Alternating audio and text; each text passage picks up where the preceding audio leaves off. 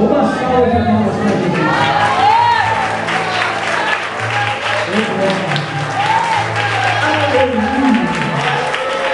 Glória a Deus. Amém. Irmãos, quem ia pregar hoje era a irmã Beth Lira. Só que ela dá aula de dança, e na aula de dança ela fez um movimento mais brusco e contundiu o pescoço, e depois ela foi deitar e deu problema na coluna dela. Então ela não pôde vir, e vocês vão ter que me ouvir hoje de novo, né? Glória a Deus, aleluia. Vamos abrir as nossas Bíblias no livro de Salmos, capítulo 3. Livro de Salmos, no capítulo 3. É a primeira vez que eu prego essa mensagem, irmão. Tenha paciência comigo, e eu vou tentar ser o mais breve possível, porque eu quero ainda orar com vocês. Eu quero que você sinta mais a presença de Deus. Porque, irmão, estar na presença de Deus e não sentir essa presença é a mesma coisa de você ir ao mar para pescar e não pegar peixe nenhum. Estar na presença de Deus é a coisa mais gloriosa que existe. Um dia não vai mais acabar, não vai ter horário para terminar, a gente vai viver eternamente para adorar e glorificar o nome do nosso Deus. Amém? Mas vamos à palavra do Senhor. Eu vou tentar, irmão, ser o mais breve possível. Eu vou tentar, em nome de Jesus. Amém? Salmos capítulo 3. Já sentados, quietinho, bem sentado. Tá bom aí, irmão? Sentado? Então vamos levantar em nome de Jesus para nós lermos a palavra do Senhor. Já eu se sento de novo, tá bom? Aqueles que puderem ficar de pé. Todos acharam? Quem achou diz amém. Amém. Quem não achou diz, espera um pouquinho, irmão, que eu espero. Amém. Ó, o livro de Salmo está entre Gênesis e Apocalipse, tá? Antes de Apocalipse e depois de Gênesis. Cara, está no meio da Bíblia. A Bíblia está lá no meio. Salmos capítulo de número 3. Amém? Podemos ler? Senhor, como se tem multiplicado os meus adversários, são muitos que se levantam contra mim. Muitos dizem da minha alma, não há salvação para ele em Deus. Mas tu, Senhor, és um escudo para mim. A minha glória é que exalta a minha cabeça. Não terei medo de 10 milhares de pessoas que se puserem contra mim ao meu redor. Levanta-te, Senhor, salva-me, Deus meu, pois feristes a todos os meus inimigos nos queixos. Quebraste os dentes aos ímpios. A salvação vem do Senhor. Sobre o teu povo seja a bênção. Amém e amém. Nós já oramos, já sentimos, pode sentar em nome de Jesus. Irmãos, o salmista Davi, um homem muito mencionado, um homem abençoado, rei de Israel, profeta de Deus. Ele, quando escreveu esse salmo, ele estava passando pelo dia mais terrível da sua vida. Mas quero fazer você lembrar da história de Deus. Deus me deu essa mensagem quando eu ouvia o meu pastor Gerson ele pregar sobre Davi, onde Deus usou ele de uma maneira sobrenatural, dizendo que Davi, enquanto ele estava cuidando das ovelhas do seu pai, ele não se importava com o que estava acontecendo em Israel.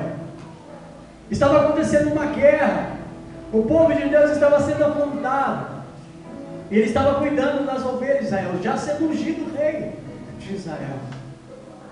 E ele lembra que ele disse que muitas das vezes nós não estamos envolvidos ainda, estamos vendo o que está acontecendo no mundo, na igreja, e muitas das vezes não nos envolvemos, não nos preocupamos, se preocupamos somente com as nossas ovelhas, com a nossa casa, com o que nós temos que fazer, e esquecemos do que está acontecendo ao nosso redor. Mas um dia, esse rei, que ainda não era rei, um jovem de 15 anos, ele foi levar um recado para os seus irmãos que estavam na guerra em Israel. Levar pães. Chegando lá, ele começa a ouvir o que estava acontecendo realmente.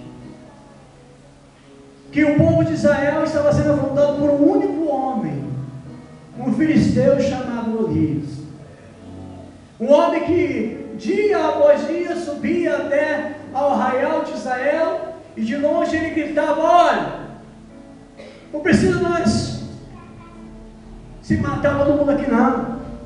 Ó, me dá um homem só, valente, que me enfrente. E aquele que vencer, ele vai dominar sobre outro povo. E o povo de Israel ali temente. E muitas das vezes eu dizendo: nossa, mas esse povo covarde, né? Um homem só. E eles todos experimentados na guerra. Mas eu não entendi por quê, irmão.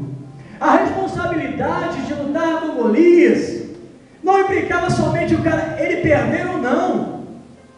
Porque aquele que representasse Israel, ele se perdesse, ele teria que ver os seus filhos escravos, teria que ver a sua mãe, o seu pai, a sua esposa escrava, ver toda a sua geração escrava, porque ele falhou. Era uma responsabilidade muito grande que pesava sobre este povo, sobre esse exército, e todos tinham até vontade de ir para a luta, mas quando pensavam nisso, diziam: não, olha, é muita responsabilidade, não vou. E agora Davi, ele começa a ouvir dizendo: olha, o que vão fazer ao homem que enfrentar esse gigante? Olha, além da injeção a sua casa ser isenta de impostos, o rei também vai dar a sua filha, e ele vai ser o rei do rei. E Davi agora ele toma uma decisão, como o pastor Fábio usou, agora ele vai se envolver com o poder. Agora ele vai fazer parte disso. E ele chega para o rei Saul e diz: olha, eu vou contra esse filisteu. Uma fé tão grande se apodera de Davi, que ele fala assim: eu vou, pode contar comigo. Aí, irmão, Saul olha para aquele menino pequenininho, 1,5 metro, ruivo, sardas da cara, não tinha cara não tinha jeito de guerreiro, de homem que sabia lutar. Ele disse: olha, meu filho, contra este você não vai não, senão eu vou. Sabe por que eu vou? Porque quando eu cuidava das ovelhas, quando eu estava envolvido somente com a minha vida ali, vinha o urso para arrebatar as ovelhas do meu pai, aquelas ovelhas que não tinham valor nenhum, porque eram ovelhas malhadas, não eram ovelhas mancas. Eram ovelhas que eram usadas realmente, sabe para quê? Para poder salvar as outras ovelhas, porque elas não tinham valor, elas tinham que ser brancas, porque não podia ser tingida. E eles cuidavam de umas ovelhas que não tinham valor, e mesmo não tendo valor, ele ia, quando viu o urso, para arrebatar essas pequenas ovelhas do seu pai, ele lançava a mão e Deus dava a vitória para ele. E viu o leão, ele lançava a mão da barba dele, lutava, e de que forma, não sei, não me pergunte, irmão, mas ele vencia o leão. E essa fé dele passou tanta confiança, tanta convicção ao rei, dizendo: olha, pode contar comigo que eu vou. Isso bem, então você vai. E Davi, ele vai com apenas 5 pedrinhas e uma funda. Para um homem mais ou menos 3 metros de altura, uma lança, um escudo e uma espada. E ele vai e enfrenta Golias e ele vence. Nós conhecemos a história. Trazendo para a nossa vida, irmão, quantas vezes você entrou na casa de Deus, você aceitou Jesus, a tua fé era tamanha, a tua fé era tanta que você disse: não, eu vou enfrentar, eu vou me envolver. O pastor dizia: olha, vamos levantar uma campanha, vamos pagar o terreno da igreja, pode contar comigo, pastor. Nós vamos ampliar a igreja, pode contar comigo. Olha, temos jejum, evangelismo, pode contar. A tua fé é tamanha que eu gosto. Tudo bem, eu vou contar com você. E Davi, ele passava essa confiança para as pessoas. Em tudo que ele fazia, ele passava a confiança de fé. Não tinha na época, depois de Abraão, um homem de tamanha fé como Davi. Um homem que cria incondicionalmente em Deus, no Deus em que ele servia. E depois de enfrentar o gigante de Golias, ele enfrentou outras batalhas e foi vitorioso. Um homem que não temia a ninguém, somente a Deus. E como a promessa de Deus se cumpre na vida daqueles que creem, naqueles que perseveram, naqueles que continuam na caminhada, naqueles que buscam e não olham para trás, assim também se cumpriu na vida de Davi, e ele chegou a ser rei. E ele sendo rei, irmão, ele começou a nascer filhos.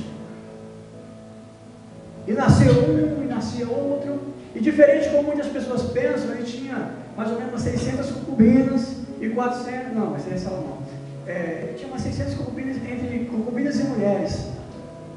Só que muitas vezes a pessoa pensa, nossa, ele tinha tanta mulher e conseguia dar conta. Para dar conta de uma, irmão, já é difícil, imagina de 600. Mas é verdade, irmão. Eu sei que sou casado, Jesus. Só Deus na terra. Mas ela também tem que me aguentar, né, irmão? Então, olha só. Fazia assim, vinha uma mulher, ele casava, ele entrava ela e mandava para casa das concubinas, nunca mais vinha ela. E ela engravidava, vinha o eunuco dizendo, olha, nasceu um filho.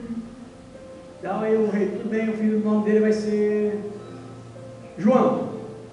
Tá bom, pode ir embora, ele era criado lá na casa dos concubinos. Aí vinha, nascia outro, ó rei, nasceu o filho de fulano de tal, tá bom, o nome dele vai ser Jeconias. E chegava novamente o eunuco e dizia, olha, nasceu mais um filho. Ele falou, o nome dele é esse, não. Aí ele ficava parado. Já falei, o nome dele vai ser esse. Não sabe o que é, meu rei? Este filho é diferente. Ele tem algo de especial. Aí Davi falou, não, para trás ele aqui. Ele trazia, olhou e colocava uma mão, seu nome vai ser Absalão. Porque é um menino bonito, formoso. E trazia para a casa do rei. E assim, ele criava os seus filhos. E os anos foram passando, Davi teve atitudes que trouxeram para ele consequências ruins. Ele teve atitudes que marcou o reinado. Ele teve um adultério e um homicídio. Ele mandou matar o marido da mulher que ele teve um relacionamento extraconjugal. E houve uma consequência para ele. Como todo pecado que nós fizemos, há uma consequência. Porque muitas das vezes, irmão, nós passamos por dificuldades, por provas, e dizemos, não, é Deus me provando. Nós temos que entender o que é Deus nos provando, e quando nós estamos sofrendo por consequências dos nossos erros, das nossas atitudes, dos nossos, o que nós pensamos ou o que nós determinamos na nossa vida. E Davi, diversas vezes, ele foi vitorioso porque ele esperou em Deus. Nas lutas, nas dificuldades, que Deus ele fazia ele ser grande, por lutas que ele passou. Diferente de Saul, ele foi escolhido, você vai ser rei, sai do meio da jumenta. Davi não, Davi ele teve que percorrer todo Israel, o Egito e lugares dos seus inimigos para que ele fosse conhecido. E também adquirir experiências com Deus. E Davi, ele houve consequências para ele. Mas ele se redimiu. Quando o profeta disse, olha, houve uma situação, tinha um rapaz que tinha somente uma ovelhinha, ele comia com ele bebia na sua mesa, e tinha um que tinha muitas ovelhas, e veio um viajante, de vez ele pegar uma das suas ovelhas, que eram muitas, ele vai e pega aquela ovelhinha daquele que só tinha uma, que comia com ele na mesa, e matou e ofereceu. Davi ficou indignado, disse, não, esse homem vai ter que morrer e pagar 4 vezes mais. E quando o profeta disse, olha, é você, Davi, ele disse, pequei. Ele reconheceu o seu erro. A diferença está, irmãos, porque Deus ele não ama o pecado, ele ama o pecador arrependido. Muitas vezes vivemos a nossa vida nos condenando por algo que nós erramos. E Senhor, me perdoa, e Deus fala assim, vou perdoar você do que? Eu já te perdoei. Fazemos o nosso erro erro, a nossa dificuldade tão grande, maior do que Golias. E esquecemos da grandeza do nosso Deus e da misericórdia dele, que é muito grande. E Davi, ele continuou a sua caminhada. Absalão foi crescendo, Salomão foi crescendo, os seus outros filhos foram crescendo também a sua filha Tamar. E houve uma situação em que Amnon, um dos filhos de Davi, ele se afeiçoou por uma das suas irmãs e ele queria casar com ela, ele queria ter uma família, e ele se fingiu de doente e pediu ao rei que mandasse Tamar ir lá. E chegando lá, ele a forçou, ele a estrupou, e ela disse: olha, não é assim, vamos pedir ao rei que ele vai dar para você, porque eram meios irmãos, entendeu? Não da mesma mãe, mas do mesmo pai. E ele não quis saber, o diabo se apoderou dele, ela foi lá e fez o errado. E essa Tamar era irmã de Absalão, dos filhos de rei. E o rei ficou com panos quentes e tudo, mas Absalão, com ódio no coração, ele não esqueceu. Ele foi lá e matou o seu irmão. E depois fugiu da presença do rei. Davi se entristeceu por ver na sua família começar as coisas a se degradar. Irmão se levantando contra irmão para o matar. Você não tem ouvido isso aqui nos nossos tempos, né?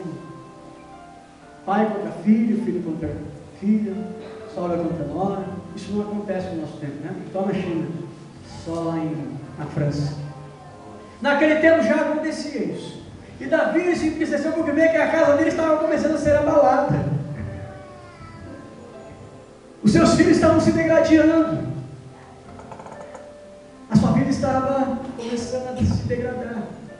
E agora, ele começa a pensar em tudo aquilo que ele viveu, o que ele fez. E ele tentava ainda educar os próximos filhos com o rigor, dizendo: olha, mostrando o temor do Senhor para os seus filhos. E chega um dia que Absalão, depois de 2 anos, ele quer voltar à presença do rei. Só que ele não poderia voltar, porque ele cometeu um homicídio, e covardemente ainda, pela traição.